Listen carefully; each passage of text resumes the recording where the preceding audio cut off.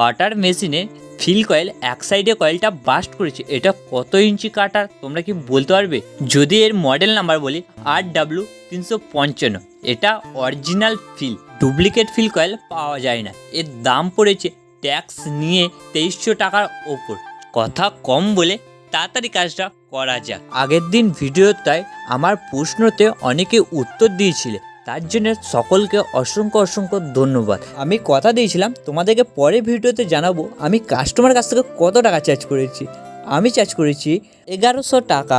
এই RW355 মেশিনটা বাজার ক্যাপচার করতে পারে না, মানে বাজারে সেরকম নাম করতে পারে না। আমার যদি পার্সোনাল মতামত তোমাদেরকে জানাই, এই মডেলটা একদমই আমার ভালো লাগে না। পেয়ার পার্টস মার্কেটে অ্যাভেলেবেল নয় এবং খুব তাড়াতাড়ি খারাপ হয়ে যায়। চলো আজকের ভিডিও এই পর্যন্ত। তোমরা সকলে ভালো থাকবে, সুস্থ থাকবে, দেখা হবে অন্য সময়। Tata, bye bye, love you boss.